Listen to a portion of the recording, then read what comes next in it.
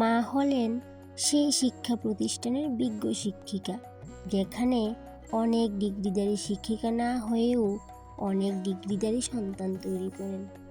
কথাটা বাস্তবতার সাথে পুরোপুরি মিল না থাকলেও বেশিরভাগটাই কিন্তু বাস্তবতার সঙ্গে মিল। এই কথাটা মা হওয়ার পরই বুঝতে পারলাম। একটা সন্তান মানুষ করার পিছনে মায়ের অবদান কতখানি থাকে। মা হবার পর এটাও বুঝতে পারলাম, আমার ছোট থেকে বড় হবার পেছনে আমার মায়ের অবদান কতখানি।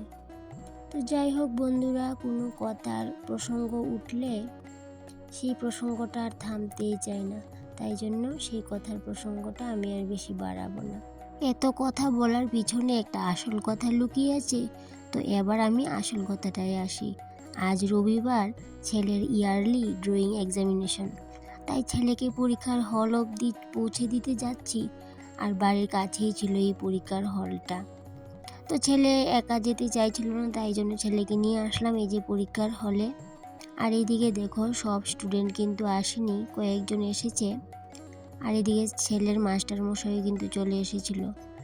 এবার ছেলেকে বললাম, তুই পরীক্ষার হলে যা, আমি বাড়ি যাই, শেষ হলে এসে তোকে নিয়ে যাব। যবে থেকে এক্সামের ডেট দেওয়া হয়েছে তখন থেকে আজ পরীক্ষার দিন পর্যন্ত মনে হচ্ছিল কি ছেলের পরীক্ষা না, আমার পরীক্ষা। এতটা চাপে ছিলাম।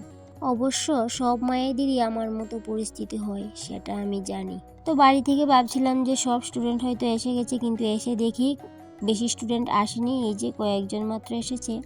তো যাই হোক, আমি ছেলেকে দিয়ে এখন বাড়ি চলে যাব সোজা। বাড়িতে অনেক কাজ, এই যে দেখতে পাচ্ছ। বাড়িতে আসলাম, এসেই প্রথমে ড্রেসও কিন্তু চেঞ্জ করিনি। তো ভাবলাম ড্রেসটা তো পরেও চেঞ্জ করতে পারবো, আগে এই যে সোলার প্লেটটা রোদে বসিয়ে নিই, কারণ লাইটটার মধ্যে একদমই চার্জ ছিল না। তাই জন্য এই যে দেখলাম অনেক রোদ, আর রোদটা তো বেশিক্ষণ থাকে না, এই যে 12টা অবধি থাকে বাড়িতে। তাই জন্য কিন্তু সবার প্রথমে এই যে লাইটটা চার্জে বসিয়ে দিলাম। তারপর কিন্তু বাদ বাকি অনেক কাজই রয়ে গেছে, সেইগুলোও কিন্তু করতে হবে এক এক করে। আর এইদিকে দেখো, এই যে আমার মিষ্টিটা বারান্দাতে ছিল, গতকালকে ড্রয়িং হয়েছিল বারান্দাতে, তাই জন্য কিন্তু এটাকে আবার বার করতে হয়েছিল। আর এইদিকে আমি এটা একা একা নিতে পারবো না বলে, রোদ লাগছে বলে এই যে বেশিটা দিয়ে ঢেকে দিলাম। আজকে আর কোনো কাপড় কাচাকাচি করলাম না। যে কাজগুলো না করলে না হবে, শুধুমাত্র ওই কাজগুলাই করব। কেন কি শরীর বেশি ভালো লাগছে না আজকে আমার, তাই জন্য ভাবছি আজকে আর কোনো এক্সট্রা কাজ করব না। ওই যতটুকু কাজ না করলে না হবে সেইটুকু কাজই করব। এই মাছের মাথাটার গল্পটা শুনলে হয়তো সবাই হাসবে, কিন্তু এই মাছের মাথাটাই আজকের জন্য আমার কাছে বিশেষ অবদান রেখেছে। হয়তো ভাবছো কি করে, তাই তো? তাহলে বলেই ফেলি এই কথাটা। কি হয়েছে বলো তো? কালকে রাতে হাজব্যান্ড মাছ এনেছিল মাথাটা সহকারে। আজ তো মাছটাই নিয়েছিল, তবে কেটে পিস করে নিয়ে এসেছিল। এবার যখন মাছটা বাড়ি আনলো, আমি মাছের পিসগুলো গুনে দেখি একটা পিস কম আছে। মানে ভেবেছিলাম 3 বেলা এই মাছটা দিয়ে কাটিয়ে নেব, যেহেতু আমরা 3 জন, 3 বেলা হিসেবে মাছ লাগবে 9 পিস, কিন্তু ওই মাছের মাথাটা সহকারে মাছ ছিল 8 পিস। তাহলে কিভাবে 3 বেলা নেব সেই ভেবে মাথাটাকে কেটে নিলাম আর কি। বেশ, এবার 3 বেলা হয়ে যাবে। এভাবে করে এই সংসারটাকে বুদ্ধি করে চালিয়ে নিই। যেহেতু হাজব্যান্ডের ইনকামটা কম, সেহেতু একটু বুদ্ধি করেই সংসারটা চালাতে হয়। হাজব্যান্ডের বেতনটা কম হওয়াতে সমস্ত খরচাপাতি করে মাছ মাংসের টাকাটা যদি একটু কম থাকে হাতে, তাহলে এইভাবে ম্যানেজ করি বুদ্ধি করে মাস শেষে। কেউ কিন্তু চায় না এভাবে টানাটুনি করে সংসার চালাতে, কিন্তু কি করব বলো তো? আয় অনুযায়ী তো ব্যয় করতে হবে, তাই না? তো যেদিন ভগবান মুখ তুলে চাইবেন, সেদিন থেকে আর এভাবে টানাটুনি করে সংসার চালাতে হবে না। তোমরা যদি কেউ আমাকে জিজ্ঞেস করো যে এই মাছটার নাম কি, আমি কিন্তু বলতে পারবো না, কারণ আমি না মাছ চিনি না।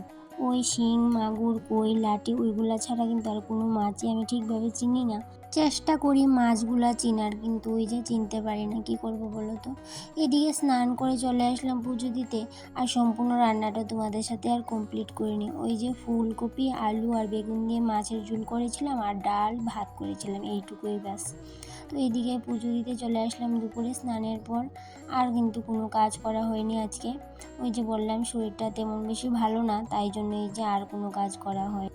এবার সন্ধ্যার সময় ঘর দুয়ার ঝাড় দিয়ে এই যে মুছে নিচ্ছি, কারণ কি একটু পর সন্ধ্যা দিতে হবে, তাই জন্য।